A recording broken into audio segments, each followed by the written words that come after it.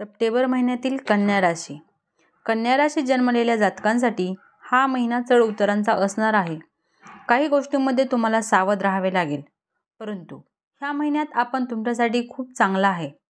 देवगुरु बृहस्पती संपूर्ण महिना 9व्या भावात राहील, ज्याची दृष्टी तुमच्या राशीवर राहील, जे तुम्हाला योग्य निर्णय घेण्यास मदत करेल.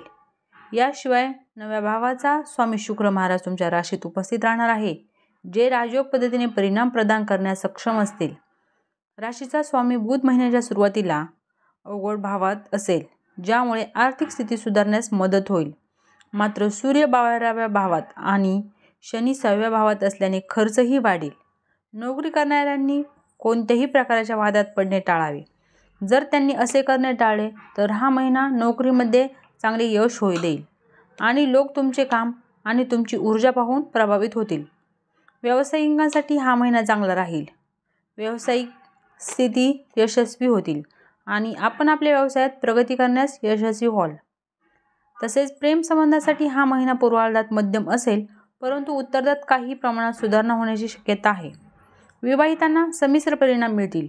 एकीकडे दुसऱ्या नात्यात प्रेम आणि रोमांस निर्माण होण्याची शक्यता आहे.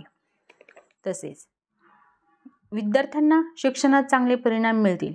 तुमची एकाग्रता राखण्यात तुम्हाला काही आव्हाने जाणवतील, पण हळूहळू तुम्हाला गती मिळेल आणि तुमचा मार्ग सुकर होईल.